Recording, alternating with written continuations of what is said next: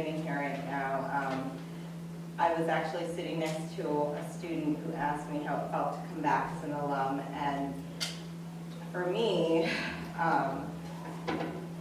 this was the place where all of my dreams were crafted. That I was not, one of the wealthy Upper Walker girls, and I took my trip up here from Hartford every morning, and I have this amazing life today that girl used to dream about. So I'm reflecting on what I'm here to talk about, which I promise I'll get there. In February of 2018, my middle sister, Mungroo-Inga, she died suddenly, and my whole entire family was shocked.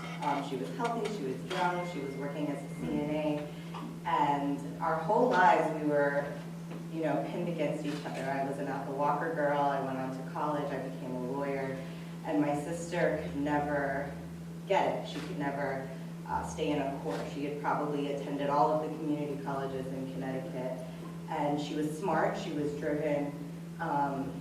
There was something that was going on with her that I didn't know.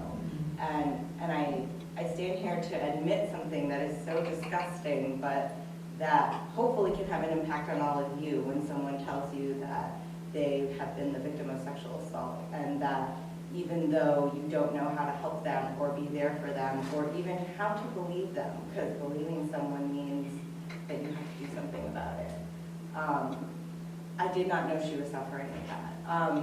So she died in February 15, 2018, and I, at the time was practicing law. I was doing bankruptcy, criminal law, I was doing family law, and I took a break, and I would get these emails from Indeed, and one day one came across my desk that said, human trafficking attorney. And this job description just had everything I cared about. I don't know why I was always so driven toward weird, morbid things, but I love weird, morbid things, and I would watch all these videos on sexual assault and human trafficking and drug trafficking, and I ended up applying for the job, and I got it in 2019, and since then I've been working as an attorney representing victims of sexual assault in the state of Connecticut and human trafficking victims. Our program is the Victim Rights Center of Connecticut. I'm now the program director. It's me and a team of 4 attorneys. We represent clients all throughout the state. We're a program of the Connecticut Alliance to End Sexual Violence, which is a bigger organization that is, comprised of 9 member centers, rape crisis centers throughout the state. And one of the biggest rewards of my job is not just the learning about trauma and the impact of trauma, but learning about myself. And part of my healing of the loss and grief of my sister, everything I learned about relationships, attachment, ownership of people, ownership of identity, this thing that we put on each other, it's not real. And I had to find a way to go on in life. And this is how I go on. And this is how I go on healing and keeping her legacy alive and helping other people to learn how to believe, helping other people to learn that trauma is real. Everyone sitting in this room today, believe it or not, you've experienced trauma. You may not know it, you may not be aware of what exactly it was, what was that first thing.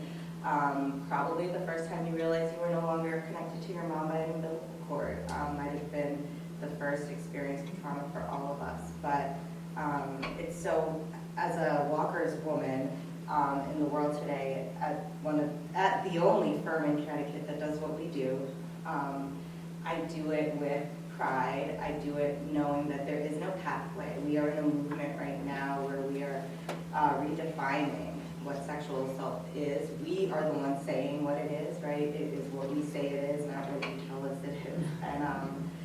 And I don't know where else I would have gotten just the courage to know that I'm doing the right thing without anyone else patting me on the back and saying, this is what you should be doing.